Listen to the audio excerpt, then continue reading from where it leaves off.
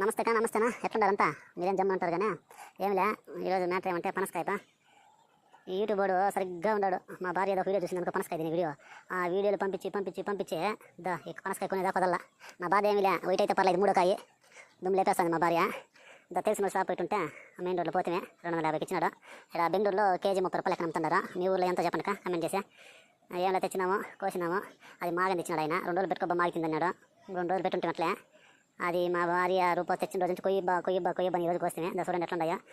First 2 కాయలు బాగానే ఉండనా, ఇది ఏమంత అనిపిల్ల. తొల్ల అయితే 100 దాకా వచ్చినాయి కానీ రుచిలే పసిలే ఏందో మా భార్య ఇష్టం అనేసి కుమ్మేస్తుంది. ఇంకేనా మీరు ఇక ఏమైనా తిన్నారా ఈ సీజన్లో? ఎట్లా ఏంది కథ? తింటే ఎట్లుంది, ఏమి టేస్ట్ ఉంటే కమెంట్ చేయండి. ఇంకా చూసుకోండి, మా భార్య చేసే పనులకి సేవలకి ఏందో ఒక బంగారు చేయడానికి కొనిద్దాం అనుకుంటే ఏంది 250 రూపాయలు పనసకాయిందని. కాకపోతే బంగారు రేటు 6000 ఉండదు, నా దగ్గర ఉండేది 500 ఉండదు. ఏం చేసేది? ఇంకా అందరి ఇంట్లో ఆడవాళ్ళు కూడా చాలా కష్టపడుతున్నారన్నా. మీరు అనుకుంటా పాపం అడిగిన తెలిసిన తీసిందా? సరేనా? సరే పోయిస్తాం.